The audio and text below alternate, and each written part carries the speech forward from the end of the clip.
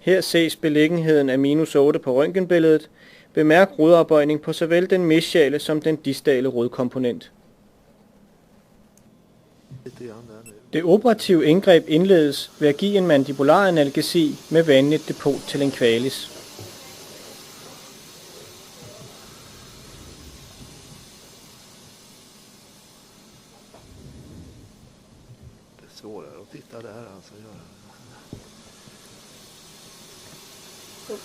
Efter mandibularanalgesien gives en buccalisinfiltration, hvor der lægges en halv til 1 ml.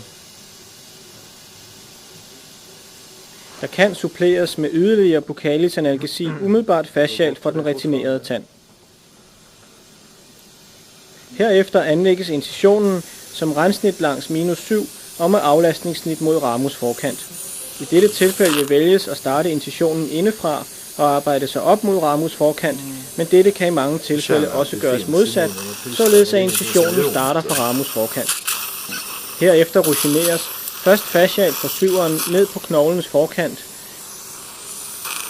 og ofte er der adherencer langs den retinerede tands tandsæk. Disse kan overskæres, efter at der holdes til side med ruginen. Herefter rugineres fri hen over den fuldstændig dækkede -8, og her ses også ofte en del adherencer til tandsækken. Så snart lappen er frigjort, kan man indsætte sårhagen til at holde sårranden til side og give et bedre overblik.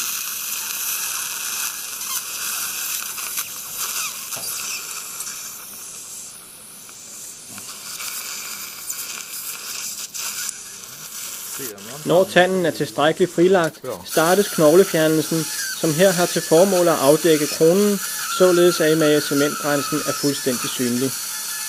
Bemærk her, hvordan suget beskytter op mod nervus lingualis.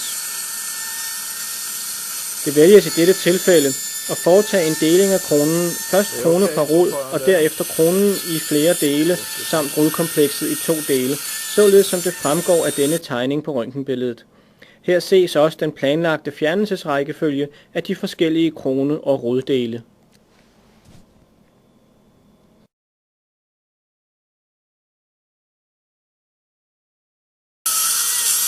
Kronedelingen startes fra emagementgrænsen, og der arbejdes ind i, men ikke helt igennem selve kronen.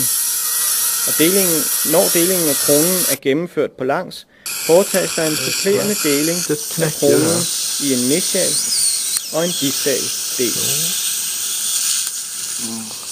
Er det okay?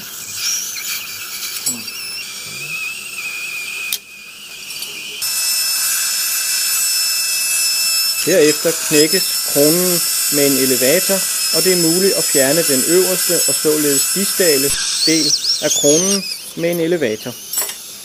Så vi kan få ind. Herefter er det nødvendigt at dele den resterende del af kronen i yderligere 2 dele og fjerne den ene del først, som ligger linkvalt. Det ses, at denne kronedel ikke umiddelbart kan komme op, og der foretages derfor en supplerende knoglefjernelse for at kunne fjerne denne sidste kronedel.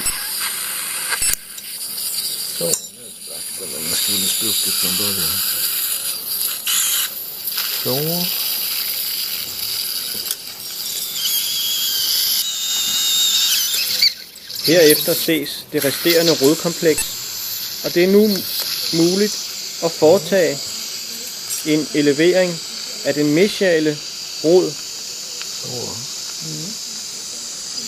som fjernes her.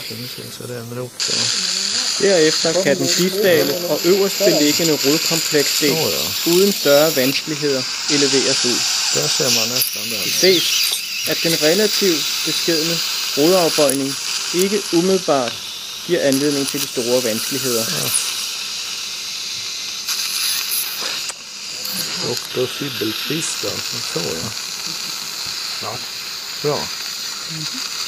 Så. Vi kan suga igång det, för jag tror det kan ligga några små fliser där.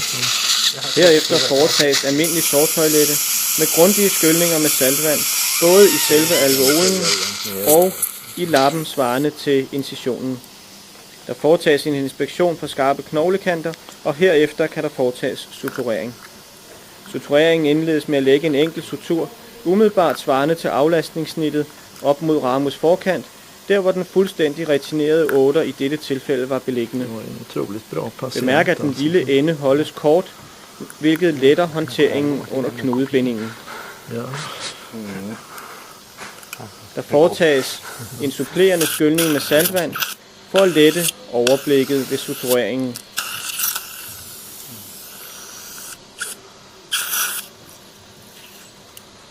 Herefter kan der lægges yderligere en sutur, svarende til aflastningssnittet.